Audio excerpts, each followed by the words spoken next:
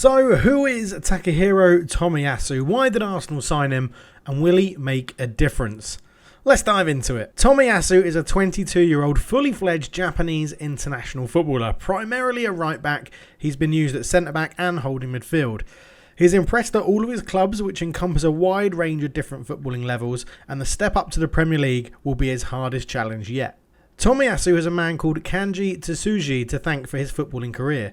It was Tsuji that convinced Tomiyasu's parents to allow him to play football and sign for the Mitsuzki Kickers. Tsuji was impressed with his performances at such a young age and was incredibly impressed with his overall speed.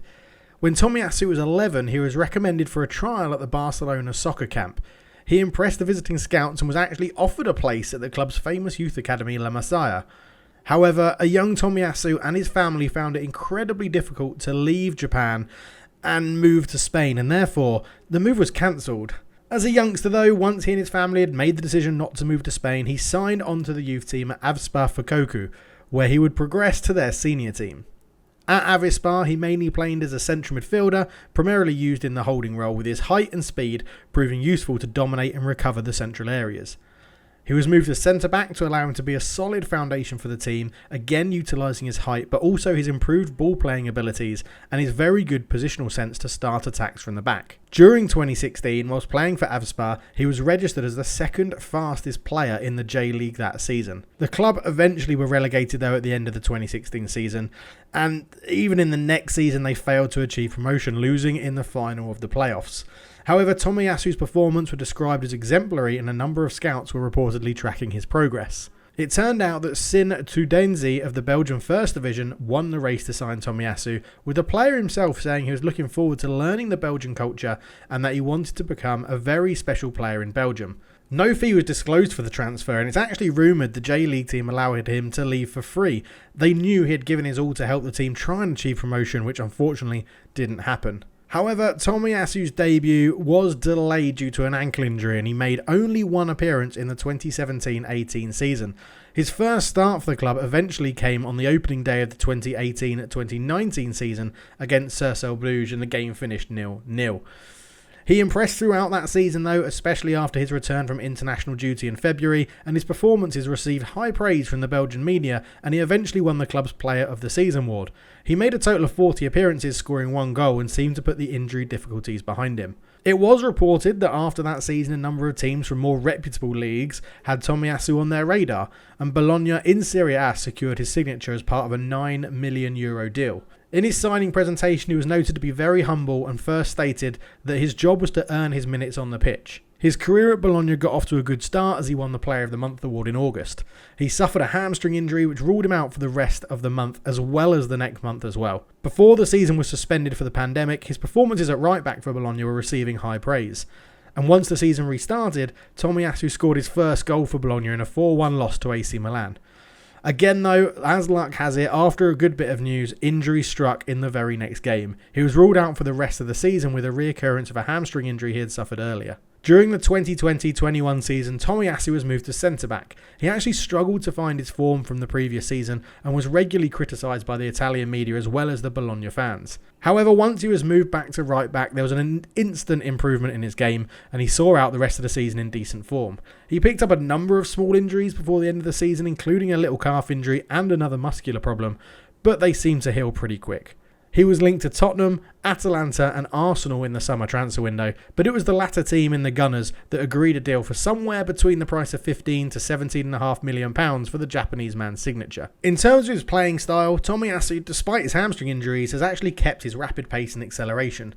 This, coupled with his height and physicality, makes him a bit of an oddity at right back, where we used to see him players of a slighter stature, and he's known for using both feet, having a range of passes and being good in the air. As he is known to be a more defensive right-back or centre-back, especially judging by the heat map from his 1920 season with Bologna and the player position graphics supplied by LiveScore for the 2021 season, coupled with the fact that we're predicting that Arsenal have signed him to play right-back, we're going to focus more on his defensive and passing stats, and we'll touch on his attacking output a little bit later on.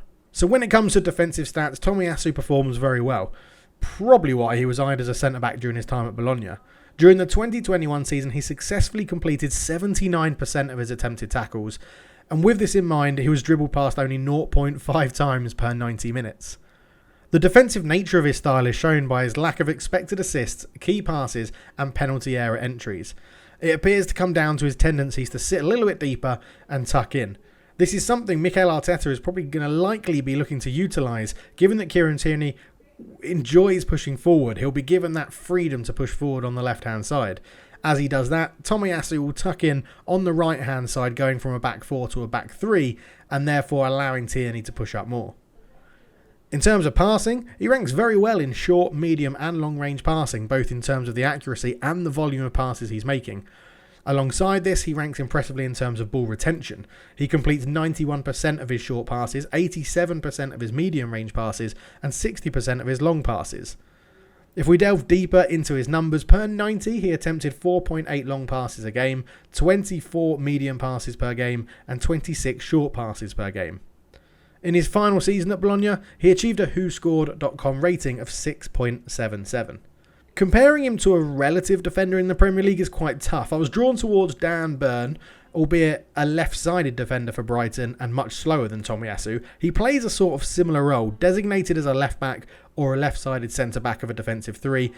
He likes to tuck in and give freedom to the opposite full-back or wing-back, Kyle Lamptey comes to mind before his injury, to push on.